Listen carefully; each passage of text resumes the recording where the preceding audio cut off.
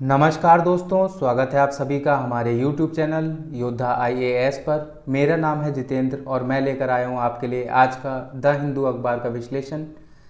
आज दिन है शुक्रवार और डेट है अगस्त 18, 2023। तो बिना ज़्यादा देरी करते हुए शुरू करते हैं अपना आज का द हिंदू अखबार का विश्लेषण। पहली खबर जो हमें फ्रंट पेज से देखने को मिल रही है, तो जैसा कि आप जानते हैं कि करीबन 34 दिन हो गए हैं चंद्रयान 3 मिशन को लॉन्च किए गए। इसरो द्वारा लॉन्च किया गया है ये चंद्रयान 3 मिशन इसका नाम है। और इसी चंद्रयान जो मिशन था, इसी से न्यूज़ आ रही है कि जो प्रोपल्शन और लैंडर मॉड्यूल थे जो अभी साथ में जुड़े हुए थे, वो दोनों सेपरेट हो गए हैं। तो बेसिकली क्या है कि दो मॉड्यूल्स थे जो चंद्रयान मिशन में जुड़े हुए थे। पहले का नाम था प्रोपल्शन मॉड्यूल और दूसरे का नाम था लैंडर मॉड्यूल। जो प्रोपल्शन मॉड्यूल है उसके अंदर एक स्पेक्ट्रोमीटर लगाया गया है जिसका नाम है स्पेक्ट्रोपोलैमेट्री ऑफ हैबिटेबल प्लैनेट अर्थ। इसका शॉर्ट फॉर्म है शेप। ये पेलोड रखा गया है प्रोपल्शन मॉड्यूल के अंदर जिससे ये एक्सोप्लैनेट्स की खोज करेगा, साथ ही साथ जो अर्थ का एनवायरनमेंट है उसे ऊपर से देखेगा, उसकी स्पेक्ट्रोग्राफी करेगा। जो दूसरा मॉड्यूल है जिसे लैंडर मॉड्यूल हम कहते हैं, जिसे अब जो प्रोपल्शन मॉड्यूल से अब सेपरेट हो गया है, तो जो लैंडर मॉड्यूल है वो अब सॉफ्ट लैंडिंग करेगा मून के ऊपर। और सॉफ्ट लैंडिंग वो किसे करवाने की कोशिश करेगा, तो जो लैंडर के अंदर रोवर मौजूद है जो भेजा गया है चंद्रयान 3 मिशन में, तो चंद्रयान 3 मिशन के तहत जो रोवर जाना है साउथ पोलर रीजन में मून के, उसे लैंड करवाएगा लैंडर मॉड्यूल्स। और जो डेट बताई जा रही हैं तो 23 अगस्त को में भी देखने को मिलेगा कि जो रोवर है वो अटेम्प्ट करेगा लैंड करना साउथ पोलर रीजन से। तो अभी यही न्यूज़ आ रही थी कि जो दो मॉड्यूल्स हैं, प्रोपल्शन मॉड्यूल साथ ही साथ लैंडर मॉड्यूल, वो दोनों सेपरेट हो गए हैं और अपने अपने रास्ते चल दिए हैं। जो प्रोपल्शन मॉड्यूल है वो करीबन कुछ दिनों तक या कुछ सालों तक घूमता रहेगा चंद्रमा की चारों ओर ऑर्बिट में। और जो लैंडर मॉड्यूल है इसका जो मिशन लाइफ बनाई गई है वो एक लूनर डे की बनाई गई है। तो जैसा कि आप जानते ही होंगे कि एक लूनर डे जो एक चंद्रमा का दिन माना जाता है, वो अगर पृथ्वी पे हम मानेंगे तो 14 पृथ्वी के दिनों के बराबर है। तो जो लैंडर मॉड्यूल है साथ ही साथ जो रोवर है, तो इसकी मिशन लाइफ जो रखी गई थी वो 14 अर्थ डेज रखी गई थी। यही था बेसिकली। आगे देखने को हमें मिलेगा, आएगा ये न्यूज़ में। आगे एक न्यूज़ आ रही है डिपार्टमेंट ऑफ टेलीकम्युनिकेशन से, तो no more bulk SIM cards as government steps into curb fraud. तो मैं आपको समझा देता हूँ कि क्या है कि हाल ही के दिनों में देखने को मिला था कि फेक कॉल्स आती थी, रैंडम कॉल्स आती थी जिसे हम उठा लेते थे गलती से और पता चलता था कि वो स्कैम कॉल थी। तो बेसिकली क्या देखा जा रहा था कि जो ये स्कैम करने वाले लोग थे ये बल्क में सिम कार्ड्स खरीद लेते थे, एक सिम कार्ड का यूज़ करते थे एक फ्रॉड करने के लिए, उसके बाद उस सिम को बंद करके दूसरी सिम कार्ड ऑन कर लेते थे जो बल्क में खरीदी गई हैं सिम्स। तो गवर्नमेंट एक ऐसा प्रावधान लाने जा रही है जिसके तहत क्या होगा कि जितने भी सिम डीलर होंगे उन्हें जो भी स्टेप्स बताए जाएंगे KYC के, जो गवर्नमेंट की तरफ से नो योर कस्टमर करवाया जाएगा उनका, वो उन्हें कॉम्प्लाइंस करना है, कॉम्प्लिसिट रखना है KYC के साथ जो जितने भी डीलर्स होंगे सिम के जो डीलर्स हैं। और किसी को बल्क, कोई जो जैसे डीलर है उसे बल्क में सिम तभी दी जाएगी जब उसका नो योर कस्टमर, जिसे हम KYC कहते हैं, वो कंप्लीट होगा गवर्नमेंट के साथ। ये क्यों किया गया है तो मैंने आपको बता दिया है कि बहुत ज़्यादा देखने को ये मिला है कि जो फेक कॉल्स हैं वो बहुत ज़्यादा बढ़ गई हैं भारत के अंदर। तो उसी को लेकर जो डिपार्टमेंट ऑफ टेलीकम्युनिकेशन है उसने ये एक नई प्रयास किया है इस सब साइबर फ्रॉड को रोकने का। आगे चलते हैं हम अपनी अगली न्यूज़ की तरफ। तो अगली न्यूज़ जो हमें देखने को मिल रही है, तो जैसा कि आप जानते हैं कि एक ग्रामीण रोजगार योजना भारत के अंदर लागू है जिसका नाम है Mahatma Gandhi national rural employment guarantee scheme. ये 2005 में लाई गई थी और अब चलते चलते इसे अब 2023 आ गई है। तो इसके अंदर से कुछ चीज़ें जो कमियां थी इसके अंदर वो उजागर हो रही थी। उन्हीं में एक कमी थी कि इसके अंदर करप्शन देखने को मिलता था। बहुत सारी कंप्लेंट्स आती थी कि जो मनरेगा का वर्क होता है उसके अंदर करप्शन होता है, क्योंकि ये जो मनरेगा का काम है ये बिना मशीनों के किया जाने वाला काम होता था जो इसके तहत काम उठाया जाता था मनरेगा के तहत। लेकिन देखने को मिला था कि मशीनों का इस्तेमाल किया जाता है, साथ ही साथ कुछ लोगों को वेजेस मिल जाती हैं जो काम भी नहीं करते हैं, और बहुत सारे और ज़्यादा ऐसी चीज़ें देखने को मिली थी जिसकी वजह से गवर्नमेंट एक तरह से इस स्कीम पर रिवीजन चाहती थी। अब इसे सर्विलांस करने के लिए गवर्नमेंट एक नई पॉलिसी लेके आई है। तो मिनिस्ट्री ऑफ रूरल डेवलपमेंट की तरफ से ये रिलीज़ आई है जिसमें कहा गया है कि अब जो मनरेगा के तहत काम हुआ करेगा उस पर ड्रोन से निगरानी रखी जाएगी, ड्रोन कैमरे से उसके ऊपर निगरानी रखी जाएगी। ये एक तरह से स्टैंडर्ड ऑपरेटिंग प्रोसीजर इशू किया गया है मिनिस्ट्री द्वारा, और 4 तरीके के कामों को मॉनिटर किया जाएगा। सबसे पहले जो भी काम चालू है उसे देखा जाएगा ड्रोन के थ्रू, जो काम कंप्लीट हो चुका है उसे देखा जाएगा, आसपास के एरिया में अगर कोई इम्पैक्ट पड़ता है उस काम से, जो भी मनरेगा के अंदर काम उठाया गया है तो उसे देखा जाएगा, और देखा जाएगा अगर कोई कंप्लेंट आती है स्पेसिफिक की, जैसे कि वर्कर्स गायब हैं लेकिन काम रजिस्टर हो रहा है, तो उसे देखा जाएगा। तो बेसिकली ये है कि मिनिस्ट्री ऑफ रूरल डेवलपमेंट ये नया एक इनिशिएटिव लेके आई है जिससे ड्रोन से सर्विलांस किया जाएगा मनरेगा की वर्क साइट के ऊपर। आगे चलते हैं हम, तो ये Indians stranded in Niger cross border enter Benin. तो क्या न्यूज़ आ रही है कि जैसा कि आप जानते हैं कि नाइजर जो कि वेस्ट अफ्रीका में स्थित एक कंट्री है, नाइजर कहाँ पर स्थित है, ये वेस्ट अफ्रीका में आपको मिलेगी। तो वहाँ पर बहुत दिनों से देखने को मिल रहा है कि वहाँ की जो देश के हालात हैं वो बिगड़े हुए हैं, सिक्योरिटी सिचुएशन वहाँ पर ख़राब है। तो उसी को लेकर जो वहाँ पर भारतीय फंसे हुए हैं उन्हीं में से कुछ भारतीयों ने कल बॉर्डर पार किया वहाँ पर, और जो पड़ोसी देश है बेनिन वहाँ जाकर पनाह ली है वहाँ पर, और वहाँ से जो बेनिन की कैपिटल सिटी है जिसे कहते हैं पोर्टो नोवो, वहाँ से वो लोग भारत के लिए निकलेंगे।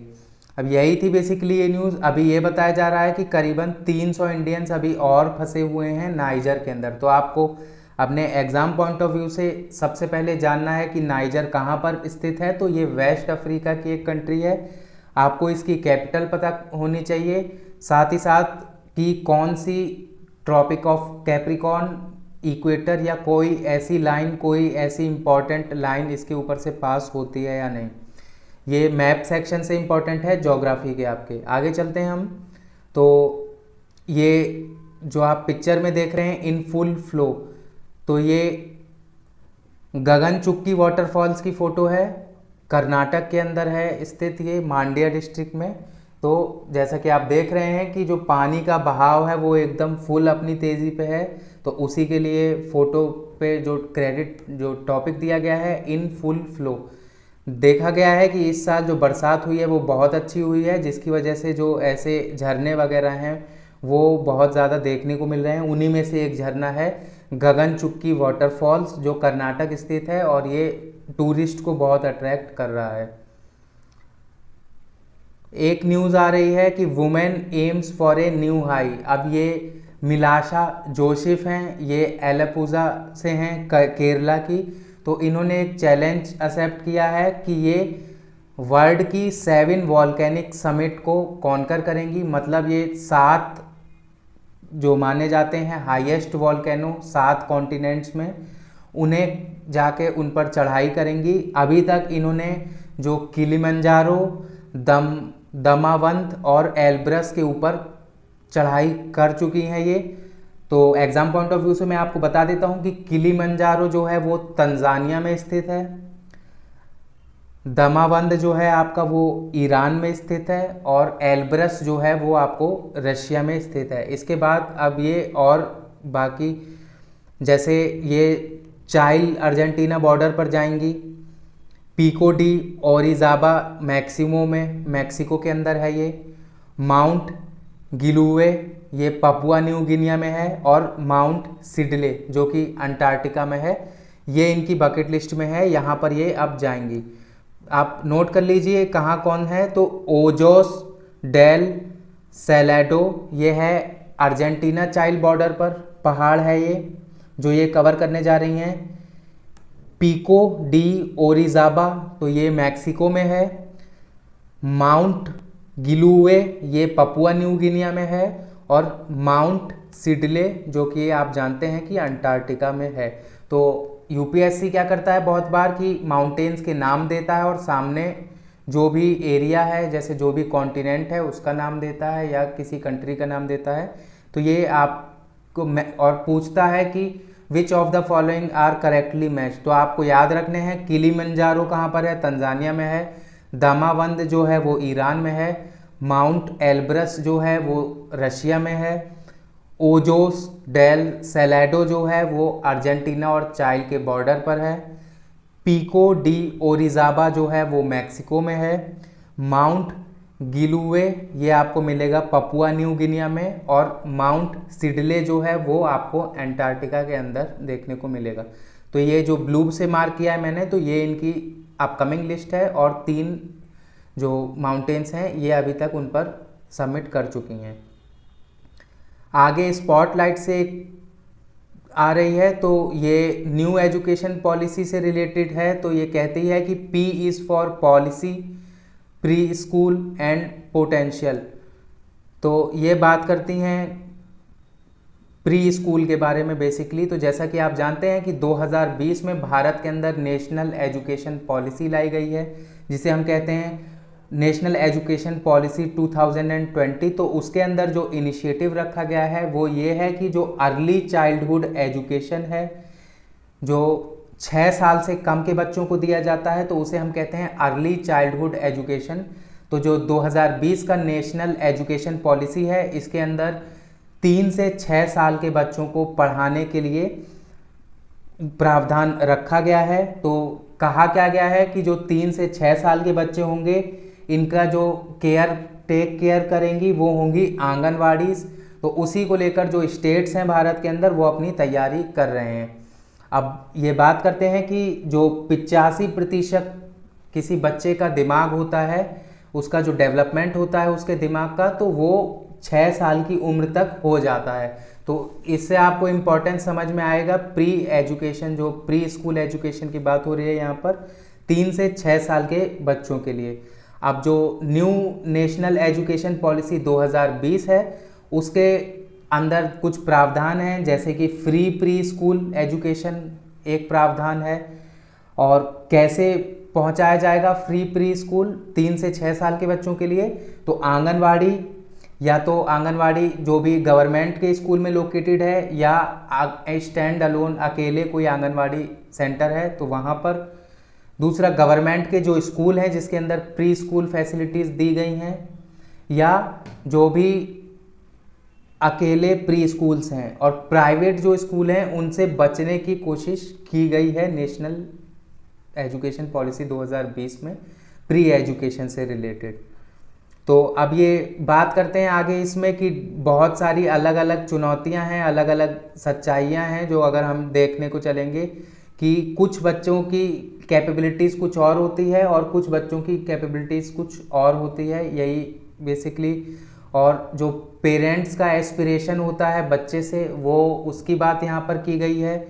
साथ ही साथ जो इंफ्रास्ट्रक्चर का चैलेंज फेस करना पड़ेगा उसकी बात की है। तो हम इंफ्रास्ट्रक्चर का चैलेंज देख लेते हैं। तो सबसे पहले तो जगह ही चाहिए। स्पेस इटसेल्फ की बात करता है कि जहाँ पर बच्चे आएंगे, जहाँ उन्हें पढ़ाया जाएगा, उस स्पेस की जगह। दूसरा, जो आंगनवाड़ी के वर्कर हैं उन्हें अब डबल करने की ज़रूरत है टीचर्स के मुकाबले, क्योंकि आंगनवाड़ियों का रोल यहाँ पर बढ़ने जा रहा है नेशनल एजुकेशन पॉलिसी 2020 के बाद से, क्योंकि इसमें प्री स्कूल का मेंशन है। आगे जो बड़ी पिक्चर की बात करते हैं, द बिग पिक्चर की बात करते हैं, तो जो सबसे बड़ा चैलेंज मिनिस्ट्री ऑफ एजुकेशन को देखने को मिलेगा कि जो स्टेट्स हैं वो स्टेट्स को कन्विंस कर सके कि जो 6 साल से ऊपर के बच्चे हैं उन्हीं को क्लास 1 में दाखिला दिया जाए। क्योंकि अभी देखने को मिलता था कि जो छोटे बच्चे हैं 6 साल से कम भी जिनकी उम्र है उन्हें भी क्लास 1 में एडमिशन दे दिया जाता था, लेकिन जो नेशनल एजुकेशन पॉलिसी 2020 है वो इसके खिलाफ है। वो चाहती है कि 3 से 6 साल के बच्चे जो हैं वो प्री स्कूल के अंदर पढ़ें और 6 साल के ऊपर जब वो हो जाएं या 6 साल के हो जाएं तभी उन्हें क्लास 1 में एडमिशन दिया जाए। अब यहाँ पर कुछ और कंसर्न्स हैं, तो जो आंगनवाड़ी हैं उनके लिए क्या कंसर्न्स हैं, क्योंकि आंगनवाड़ियों की संख्या कम हो जाएगी, क्योंकि उन्हें उनके पहले ही कुछ रोल डिसाइडेड हैं और ये नेशनल एजुकेशन पॉलिसी के इस रोल के बाद उनके पास और काम हो जाएगा, तो हमें और वर्कर्स चाहिए होंगे।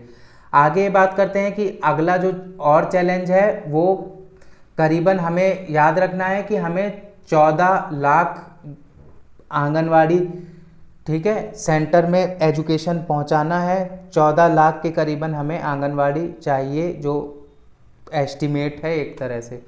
यही था बेसिकली, आप इसे रीड कर सकते हैं। P is for policy, pre school and potential. आगे हम चलते हैं तो एडिटोरियल सेक्शन पर हम पहुंचते हैं। तो पहला एडिटोरियल जो हम उठाने जा रहे हैं, फाइटिंग स्टीरियोटाइप्स।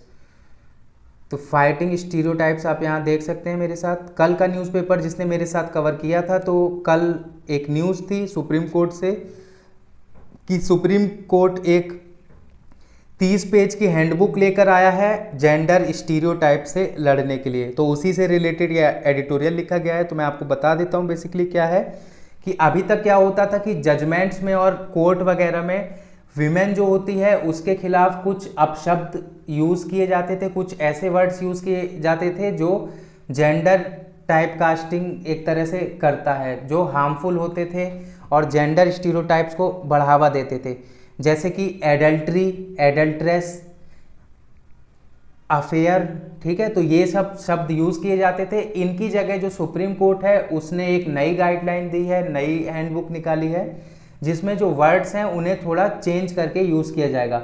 जैसे जो अफेयर वर्ड है, अगर किसी वीमेन से रिलेटेड अफेयर वर्ड की बात हो रही है तो इसे हम इस्तेमाल कर सकते हैं, बेटर कह सकते हैं कि रिलेशनशिप आउटसाइड ऑफ मैरिज। इसी तरह जो एडल्ट्रेस का वर्ड है जो विमेन के लिए स्पेसिफिकली यूज़ किया जाता है, तो उसके लिए हम यूज़ कर सकते हैं women who has engaged in sexual relations outside of marriage. तो ऐसे ही कुछ शब्द हैं जिन्हें बदलकर केवल विमेन कर दिया गया है, और जो डिरोगेटरी वर्ड थे, जो एक तरह से खराब शब्द थे, उन्हें चेंज करके एक नया शब्द से उसे चेंज कर दिया गया है जो नॉर्मल वर्ड हो, जो कि किसी तरह से जेंडर स्टीरियोटाइप को बढ़ावा ना दे। तो ये सुप्रीम कोर्ट द्वारा किया जा रहा है और इसी के लिए ये एडिटोरियल लिखा गया है कि आगे पॉसिबिलिटीज़ जो होंगी, जो चेंज आएगा एटीट्यूड में लोगों के, उन्हीं के लिए बात की गई है।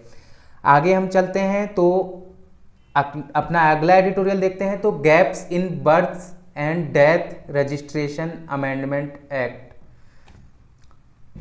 तो जैसा कि आप जानते हैं कि हाल ही के दिनों में क्या हुआ है कि एक एक्ट पास किया गया है प्रेसिडेंट द्वारा, जिसका नाम है, जो कि राज्यसभा लोकसभा दोनों से पास हो चुका था और प्रेसिडेंट ने उस पर असेंट कर दिया है। तो यह अब एक्ट बन गया है जिसका नाम है registration on births and deaths amendment bill 2023। ये बिल था जो कि पास हो चुका है, अब ये एक्ट बन चुका है। और ये किसे अमेंड करके बनाया गया है एक्ट? तो 1969 का एक एक्ट था जिसका नाम था registration of births and deaths act 1969। तो उसे अमेंड करके नया जो एक्ट बनाया गया है तो registration of births and deaths amendment act 2023। इसे प्रेसिडेंट की मंजूरी मिल गई है, एसेंट मिल गया है और अब ये एक्ट बन गया है। अब इस एक्ट का जो बेसिस है, क्यों बनाया गया है, ऑब्जेक्टिव है इसका, तो इसका ऑब्जेक्टिव है नेशनल डाटाबेस बनाने का, साथ ही साथ स्टेट जो राज्य होते हैं उनके अंदर डाटाबेस बनाने का। किसका?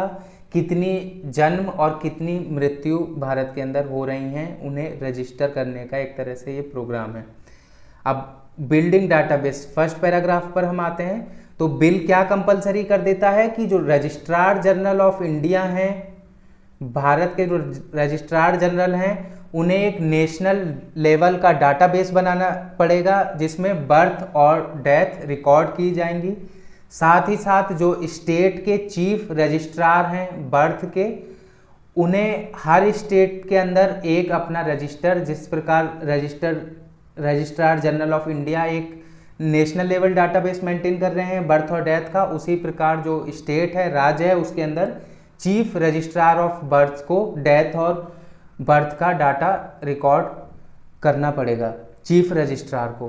तो यही बेसिकली इस एक्ट में आया है एक प्रावधान।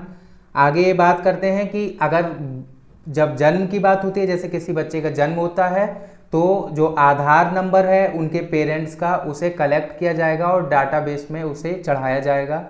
लेकिन अगर किसी की मृत्यु होती है तो उसका जो आधार की बात इस एक्ट में नहीं की गई है। आगे ये बात करते हैं कि जो अभी भी क्या होता था कि जो चीफ रजिस्ट्रार्स हैं राज्य के अंदर, वो अभी भी ये काम करते थे इस एक्ट के आने के पहले से भी, कि वो बर्थ और डेथ जो भी स्टेट के अंदर होती है, राज्य के अंदर होती है, उसे रजिस्टर करते थे, उसका रजिस्टर बना के रखते थे। आगे लेकिन जब केंद्र की बात करते हैं, अब ये एक्ट क्यों लाया गया है, ताकि सारी चीज़ें एक तरह से बराबर हो सकें, सब स्टेट्स में सारी चीज़ें बराबर हो सकें, इस वजह से इस एक्ट को लाया गया है, बेसिकली जो चेंज किया गया है इसके अंदर। अब आगे ये बात करता है कि इसके जो डाटाबेस बनेगा सेंट्रल लेवल पे, तो उससे हमें क्या मदद मिलेगी कि जो हमारा बाकी डाटाबेस होंगे, जैसे कि हमारा पॉपुलेशन का रजिस्टर, इलेक्शन का electoral rolls, Aadhaar number, ration card, passport, driving license, property registration, तो इन सब चीज़ों के डाटाबेस में चेंज करने में आसानी मिलेगी। जैसे मानते हैं कि किसी की मृत्यु हो जाती है तो उसे इलेक्टोरल रोल से हटाना है, तो जो डाटा अगर इजीली अवेलेबल होगा कंसर्न्ड अथॉरिटी के पास, तो वो इजीली वहाँ से इलेक्टोरल रोल से जो मृत हो चुका है, जो हट चुका है, जो अब चुनाव में पार्ट नहीं लेगा, उसे हटा सकता है। यही बेसिकली आगे बात करते हैं certificate of cause of death. तो अब यहाँ पर क्या है, यहाँ पर एक दिक्कत देखने को मिली है कि सबसे पहले तो जैसे मान लीजिए कि अगर किसी व्यक्ति की इस एक्ट के तहत यदि किसी व्यक्ति की मृत्यु किसी मेडिकल प्रैक्टिशनर के सामने होती है या अस्पताल में होती है, तो जो रिलेटिव्स हैं उन्हें एक डेथ सर्टिफिकेट, जिसे कॉज ऑफ डेथ सर्टिफिकेट कहा जाएगा, वो प्रोवाइड कराया जाएगा मेडिकल प्रैक्टिशनर द्वारा। लेकिन अगर उसकी मृत्यु बाहर होती है कहीं मेडिकल प्रैक्टिशनर से अलग, तो अगर जो भी लास्ट मेडिकल प्रैक्टिशनर था जो उस व्यक्ति के ऊपर उसकी पुरानी बीमारी पे काम कर रहा था, उसके द्वारा डेथ सर्टिफिकेट बनाया जाएगा, कॉज ऑफ डेथ सर्टिफिकेट। और अगर ऐसा नहीं होता है तो ये प्रॉब्लम से भर जाएगा। ये प्रॉब्लम है, एक तरह से बहुत प्रॉब्लमेटिक है, क्योंकि तीन चीज़ें देखने को हैं। सबसे पहले तो मान लीजिए कि मेडिसिनल प्रैक्टिशनर जो पुरानी इलनेस पे काम कर रहा था किसी व्यक्ति की, जो बाद में अस्पताल के बाहर जाकर मर जाता है, तो हो सकता है वो किसी और बीमारी से मरा हो। दूसरा कि बहुत सारे लोग भारत के अंदर क्या करते हैं, वो आयुष सिस्टम के जो मेडिकल प्रैक्टिशनर होते हैं उनसे अपनी दवा वगैरह लेते हैं, तो ये जो कॉज ऑफ डेथ का रिकॉर्ड देंगे तो ये एकदम सटीक रिकॉर्ड नहीं दे पाएंगे एज पर वर्ल्ड हेल्थ ऑर्गेनाइजेशन के रिकमेंडेशन पे। तीसरा जब हम देखते हैं कि जो मैंने आपको बता दिया कि क्या पता कि वो किसी अलग ही बीमारी से उसकी मृत्यु हो जाए, लेकिन जो मेडिकल प्रैक्टिशनर था जो पहले उसके इलनेस पे काम कर रहा था, वो कुछ और रिकॉर्ड में दे कॉज ऑफ डेथ में। तो इसी के चलते क्या हुआ है कि ये एक तरह से प्रॉब्लमेटिक होने जा रहा है। ये जो दूसरा प्रावधान है, पहला प्रावधान जो कॉज ऑफ डेथ की बात होती है अस्पताल के अंदर या मेडिकल प्रैक्टिशनर के मौजूदगी में, तो वो ईजिली हो जाएगा कॉज ऑफ डेथ का सर्टिफिकेट वहाँ पर बन पाना। लेकिन अगर किसी की मृत्यु अस्पताल के बाहर होती है तो वहाँ पर जो कॉज ऑफ डेथ का सर्टिफिकेट लेना है वो मुश्किल हो जाएगा, ये कह रहे हैं एडिटोरियल के अंदर। आगे देखते हैं बर्थ एंड डेथ सर्टिफिकेट्स। तो ये क्या कहते हैं कि अब जो बर्थ सर्टिफिकेट्स है वो एक्सेप्ट किया जाएगा, केवल वही एक्सेप्ट किया जाएगा place of proof of date and place of birth की जगह। तो जैसा कि आप जानते हैं कि बहुत जगह इस्तेमाल होता है, आप पासपोर्ट बनवाने जाएंगे या बच्चे का स्कूल में एडमिशन कराने जाएंगे तो आपको एक तरह से proof of date of birth and place देना पड़ता है। तो जो अब ये नया एक्ट आ गया है इसके तहत जो रजिस्ट्रेशन होगा वही इकलौता माना जाएगा इस एक्ट के आ जाने के बाद से, proof of date and place of birth. अब जैसा कि आप जानते हैं कि जो जैसे हम एग्जाम्पल से समझे तो पासपोर्ट जब हम बनवाने जाते हैं तो हमें जो बर्थ सर्टिफिकेट है वो कंपलसरी देना पड़ता है अगर हमारी बर्थ जनवरी 26, 1989 के बाद से हुई है, ये रूल्स है। अब इसके आगे ये बात करते हैं कि जो नेचुरल कैलेमिटीज़ में मौत होती हैं या एक्सीडेंट होती हैं तो उसका क्या है कि क्या होता है कि अगर कोई व्यक्ति नेचुरल कैलेमिटी या एक्सीडेंट में, जैसे मान लीजिए कि कहीं फ्लड आया और कोई व्यक्ति उसमें बह जाता है, तो क्या होता है कि उसका जो डेथ सर्टिफिकेट है वो 7 साल के बाद ही मिलेगा। जब तक वो गुमशुदा है उसके 7 साल के बाद ही उसे प्रिज्यूम्ड डेड माना जाएगा, तब उसे सर्टिफिकेट मिलेगा। तो ये बात करते हैं कि इस प्रावधान पर थोड़ी सी जो चेंजेस हैं वो देखने चाहिए गवर्नमेंट को इस एक्ट के अंदर। यही था इस एडिटोरियल में। आगे हम देखते हैं तो अगला एडिटोरियल हम कवर करने जा रहे हैं word choice in data protection law. तो डाटा प्रोटेक्शन लॉ के बारे में ज़्यादातर रोज़ ही एडिटोरियल आ रहा है, तो मैं आपको थोड़ा बता देता हूँ क्या है कि भारत में अभी तक कोई डिजिटल डाटा प्रोटेक्शन लॉ नहीं था।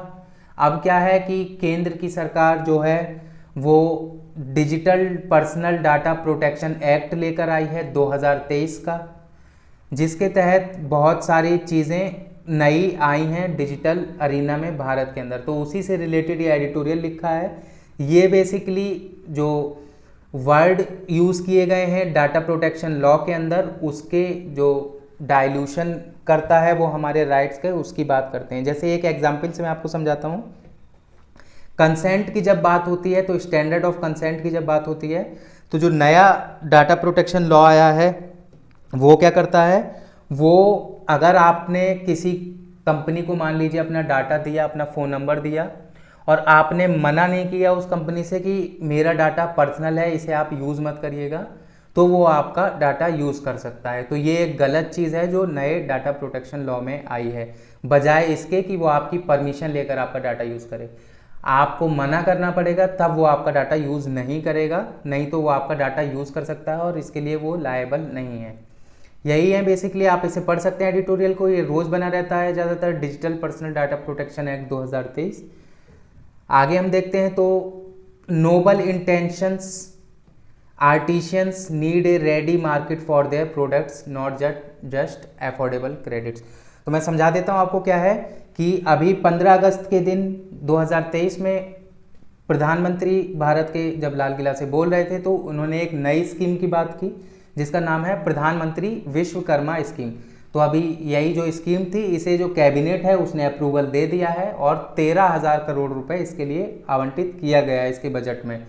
अब क्या करेगी ये स्कीम, तो जो भी हमारे ट्रेडिशनल क्राफ्ट पीपल हैं साथ ही साथ आर्टिशियन हैं उन्हें इकोनॉमिक बूस्ट प्रोवाइड करेगी, उन्हें पैसा प्रोवाइड कराएगी, क्रेडिट लेना प्रोवाइड करेगी। जो भी आर्टिशियन है या क्राफ्ट पीपल है वो 3 लाख रुपए तक का क्रेडिट ले सकता है 2 इंस्टॉलमेंट में। पहली इंस्टॉलमेंट में 1 लाख रुपए और दूसरी इंस्टॉलमेंट में 2 लाख रुपए, तो टोटल मिलाकर 3 लाख रुपए तक का वो लोन ले सकता है और इस पर इंटरेस्ट रेट जो चार्ज किया जाएगा वो 5% चार्ज किया जाएगा। अब ये जो शुरू में पहले साल है इसमें 5 लाख फैमिलीज को टारगेट किया जाएगा, उसके बाद बाकी जो 5 साल हैं तो उसमें 30 लाख फैमिलीज का टारगेट है। 30 लाख फैमिलीज को टारगेट करने का इसका टारगेट है इस स्कीम का। अब ये चैलेंजेस की बात करते हैं तो क्या ये एडिटोरियल में बेसिकली लिखा ये गया है कि ये जो इंटेंशन है ये बहुत अच्छा है गवर्नमेंट का कि जो हमारे ट्रेड्स पर्सन हैं, क्राफ्ट पीपल हैं, आर्टिशियन हैं, उन्हें पैसा तो प्रोवाइड हम करा रहे हैं, लेकिन उनके लिए अगर उनके जो प्रोडक्ट है उसके लिए मार्केट अगर नहीं होगी तो वो प्रोडक्ट कहाँ जाकर बेचेंगे, और क्या होगा अगर बाद में अगर उनके प्रोडक्ट कम दामों पे बिकते हैं या मार्केट ही नहीं बना पाती है गवर्नमेंट उनके प्रोडक्ट्स बिकवा पाने की, तो क्या वो लोन के साइकिल में दोबारा फंस जाएंगे या फंस जाएंगे लोन के उसमें। तो यही बेसिकली इस एडिटोरियल में कहा गया है। इसमें कहा गया है गवर्नमेंट को कि गवर्नमेंट को देखना चाहिए कि केवल पैसा प्रोवाइड करवा देने से कुछ काम नहीं बनेगा। काम बनेगा जब आप उन लोगों को मार्केट भी प्रोवाइड करवाइए ताकि उनका सामान जो प्रोडक्ट है वो अच्छे दामों पर बेचा जा सके। यही था बेसिकली इसमें एडिटोरियल में। आगे हम चलते हैं तो हम पहुंचते हैं, ये आप एक फ़ोटो देख सकते हैं अपनी स्क्रीन पर। तो ये गंगा नदी से है, हरिद्वार की फ़ोटो है ये।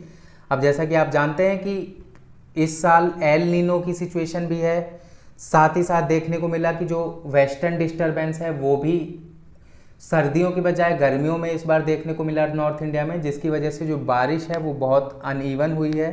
अब उत्तराखंड में बहुत तबाही देखने को मिली है, साथ ही साथ जो हिमाचल प्रदेश है वहाँ भी बहुत तबाही देखने को मिली है। अब ये जो फ़ोटो है ये आपकी हरिद्वार से फ़ोटो है, गंगा नदी की फ़ोटो है। आप इसके रंग से पहचान सकते हैं कि कितनी उग्र तीव्रता से बह रही है नदी इस वक्त गंगा जो है। आगे चलते हैं हम टेक्स्ट एंड कंटेक्स्ट सेक्शन में। तो एक जो India tops AI project in GitHub, तो अब क्या है मैं आपको बता देता हूँ कि जो गिटहब है तो वहाँ एआई प्रोजेक्ट्स में भारतीय साइंटिस्टों ने सबसे ज़्यादा अपना कंट्रीब्यूशन किया है। भारतीय सॉफ्टवेयर मेकर्स, भारतीय साइंटिस्ट जो प्रोग्रामर्स होते हैं, सॉफ्टवेयर डेवलपर्स होते हैं, इन्होंने सबसे ज़्यादा अपना, तो इन 2022 की बात हो रही है, software developers in India contributed to over 24% of AI related projects in GitHub. ठीक है, ये the most in the world according to, सबसे ज़्यादा विश्व के अंदर। और ये किसका है? स्टैनफोर्ड्स का डाटा आया है, आर्टिफिशियल इंटेलिजेंट इंडेक्स रिपोर्ट। तो आपको क्या इंपॉर्टेंट नोट रखना है कि आर्टिफिशियल, जैसे क्वेश्चन मैं आपके लिए फ्रेम कर देता हूँ एक, कि artificial intelligence index report is published by which of the following organisations. अब ऑप्शन में आपको 3 ऑप्शन अलावा दे दिए जाएंगे और चौथा ऑप्शन दिया जाएगा चौथा ऑप्शन आपको दिया जाएगा स्टैनफोर्ड। तो इस टाइप से आप क्वेश्चन प्रिपेयर कर सकते हैं। आगे हम चलते हैं तो इंडियन नेवी से रिलेटेड न्यूज़ है। तो इंडियन नेवी का एक प्रोजेक्ट 17A है जिसके तहत जो फ्रिगेट्स हैं वो नेवी बना रही है कोलकाता के garden reach ship builders and engineers पर। तो उसी से रिलेटेड ये है कि जो तीसरा वो है हमारा फ्रिगेट, जिसे हम अल्फा फ्रिगेट कहेंगे, विंध्यागिरी जिसका नाम दिया गया है, वो लॉन्च किया है प्रेसिडेंट मुर्मू ने, द्रौपदी मुर्मू ने। तो विंध्यागिरी जो है ये आपके फ्रिगेट का नाम है विंध्यागिरी। ये आप स्क्रीन पर अपने देख सकते हैं। ये अब पानी में उतर रहा है, पानी में पहुंच रहा है और इसे बनाया है नेवी ने, इंडियन नेवी ने। और कहाँ बना है ये? कोलकाता में बना है, garden reach ship builders and engineers, ये जगह है जहाँ पर इसे बनाया गया है। अब ये क्यों ज़रूरी है? ये जो प्रोजेक्ट 17A है इसके तहत क्या है, 3 ऐसे और फ्रिगेट्स जोड़े जाएंगे इंडियन नेवी के अंदर। यही था बेसिकली इसमें। आपको नाम याद रखना है, विंध्यागिरी। आगे एक जल शक्ति मिनिस्ट्री से न्यूज़ है, तो देखते हैं। Flood forecast app launched by water commission. अब जो सेंट्रल वाटर कमीशन है उसने एक ऐप लॉन्च की है, एक एप्लीकेशन लॉन्च की है मोबाइल फ़ोन्स के लिए जिसका नाम है फ्लड वॉच। वहाँ पर आप देख सकते हैं कि आपके एरिया में फ्लड आने की क्या संभावना है। अगर आपके यहाँ, आपको वहाँ भारत का एक नक्शा दिखेगा और आपके एरिया के अराउंड अगर ग्रीन सर्किल है तो नॉर्मल है, येलो सर्किल है तो अबव नॉर्मल है, ऑरेंज है तो सीवियर में आएगा और रेड है तो एक्सट्रीम फ्लड आने की संभावना है वहाँ पर। तो ये सेंट्रल वाटर कमीशन ने एक ऐप लॉन्च की है जिसका नाम है फ्लड वॉच। आप इसे ऐप स्टोर से जाकर डाउनलोड कर सकते हैं। आगे कालका शिमला हेरिटेज रेलवे लाइन से, तो टॉय ट्रेन जैसी होती हैं, छोटी ट्रेन होती हैं, वो चलती थी कालका शिमला हेरिटेज, कालका शिमला के रूट पर चलती थी ये। तो इसे अभी क्या किया गया है, करीबन 3 से 4 हफ्ते के लिए ये नहीं चलेगी, क्योंकि जैसा कि देखने को मिला है कि हिमाचल प्रदेश में बहुत ज़्यादा लैंडस्लाइड्स हुई हैं अलग अलग जगह पर। तो इसी की वजह से जो कालका शिमला की रेल लाइन है, ये स्मॉल रेल लाइन है, छोटी रेल लाइन है, और छोटी ट्रेन इस पर चलती है, स्मॉल ट्रेन जिसे हम टॉय ट्रेन भी कहते हैं बहुत बार। तो ये कुछ दिनों के लिए नहीं चलेगी, करीबन 1 महीने के लिए ये नहीं चलेगी। और ये कालका शिमला रेलवे लाइन है, ये कहाँ कहाँ से किसे जोड़ती है, तो कालका से कोटी आपको पहुँचाएगी, कोटी से बरोग आपको पहुँचाएगी, बरोग से आपको सोलन पहुँचाएगी, और सोलन से आपको शिमला तक पहुँचाएगी। ये ट्रेन 94 किलोमीटर की टोटल जर्नी ट्रैवल करती है कालका शिमला रेलवे लाइन। तो न्यूज़ क्या है कि ये अभी 1 महीने तक के लिए इसका जो रिपेयर का काम है वो चलेगा, तो इसकी वजह से इसे अभी आउट ऑफ सर्विस रखा जाएगा। आगे जैसा कि आप जानते हैं, ऋषिकेश जो कोई गया होगा या फोटोग्राफ वीडियो आपने देखी होगी, तो ऋषिकेश का राम झूला और लक्ष्मण झूला बहुत फेमस है। तो राम झूला से खबर आ रही है कि जो सस्पेंशन ब्रिज है उस पर देखने को मिला कि जो डेब्रिस होता है, जो मटेरियल होता है, ये जो आप स्क्रीन पर यहाँ देख रहे हैं, ये ब्लू से मैं हाईलाइट करता हूँ, रोडवे जो है जिससे सब ट्रैवलर्स गुजरते हैं, साथ ही साथ 2 पहिया वाहन भी यहाँ से गुजर जाते हैं। तो देखने को क्या मिला कि बहुत ज़्यादा बारिश होने के बाद देखने को मिला कि इसकी जो मिट्टी है वो निकल के बाहर आने लगी है, जिसे हम सॉइल इरोजन कहते हैं। जो इसका बेस है उससे सॉइल इरोज हो रही है। अब इस पर जो 2 व्हीलर हैं उन्हें जाने की अनुमति बंद कर दी गई है जब तक इसका रिपेयर नहीं हो जाता है। आगे बिजनेस सेक्शन से न्यूज़ देखते हैं। तो जो सप्लाई शॉक्स हैं वो अभी ख़त्म होने जा रहे हैं, नहीं जा रहे हैं। तो हेडलाइन देख लेते हैं, supply shocks not over inflation to be well above 6% in Q2। तो जैसा कि आप जानते हैं कि अभी Q1 का डाटा आया है इन्फ्लेशन का, तो वो 6% से ऊपर आया है। और क्या रीज़न दिया गया था कि जो सप्लाई शॉक्स हैं, जैसे कि टमाटर के एकदम से दाम बढ़ जाना, टमाटर की कमी हो जाना भारत के अंदर, जिसकी वजह से दाम बढ़ गए, तो इसी तरह से जो सप्लाई शॉक्स हैं वो अभी भी ख़त्म होने नहीं जा रहे हैं भारत के अंदर। और जो इन्फ्लेशन है वो अभी भी माना जा रहा है कि जो Q2 है, जैसा कि आप जानते हैं Q2 चल रहा है, पहला क्वार्टर अप्रैल, मई और जून का था, अगला क्वार्टर जुलाई, अगस्त और सितंबर तक का होगा। तो Q2 में भी देखने को मिलेगा कि 6% से ऊपर ही इन्फ्लेशन चल रहा है। रीज़न क्या दिया जा रहा है कि एल नीनो की सिचुएशन बनी हुई है, साथ ही साथ जो हमारे यहाँ भारत में देखने को मिला है कि मानसून भी जो है वो अनइवन तरह से बारिश वर्षा करके गया है भारत के ऊपर। अब ये आया कहाँ से है, तो ये RBI का एक बुलेटिन आया है जो वीकली निकालती है RBI। उसी बुलेटिन में RBI ने कहा है कि इन्फ्लेशन जो है, जिसे हम हेडलाइन इन्फ्लेशन कहते हैं, वो 6% से ऊपर ही रहने वाला है भारत के अंदर। अब इसके रीज़न जो दिए गए हैं, पहला रीज़न एल नीनो दिया है, सेकंड क्वार्टर की बात हुई है यहाँ, तो पहला रीज़न तो एल नीनो ही दिया है। दूसरा रीज़न दिया है जो क्रूड ऑयल के प्राइसेस हैं, कच्चे तेल के दाम हैं, वो उन पर क्या होगा, वो बढ़ जाएंगे।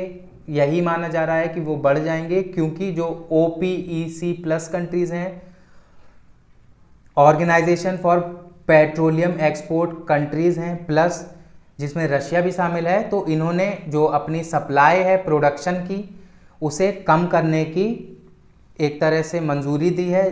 तो मतलब ये कम तेल निकालेंगे अपने कुओं से, जिसकी वजह से तेल के दाम में भी बढ़ोतरी देखने को मिलेगी। इन्हीं सब चीज़ों को कंसीडर करके जो हमारी RBI है उसने अपने बुलेटिन में कहा है कि जो इन्फ्लेशन है वो Q2 में भी 6% से ऊपर रहने जा रहा है। अब यहीं एक इकोनॉमिस्ट द्वारा कहा गया है कि जो रिटेल इन्फ्लेशन है अगस्त में वो 7% से नीचे गिर जाएगा। जैसे कि हमें देखने को मिला था कि जुलाई में कितना था इन्फ्लेशन, रिटेल इन्फ्लेशन, तो 7.44%। तो ये जो इकोनॉमिस्ट हैं इनका कहना है कि जो रिटेल इन्फ्लेशन अगस्त में हमें देखने को मिलेगा वो 7% से कम मिलेगा। यही था आज के न्यूज़पेपर में। आज के लिए बस इतना ही। धन्यवाद।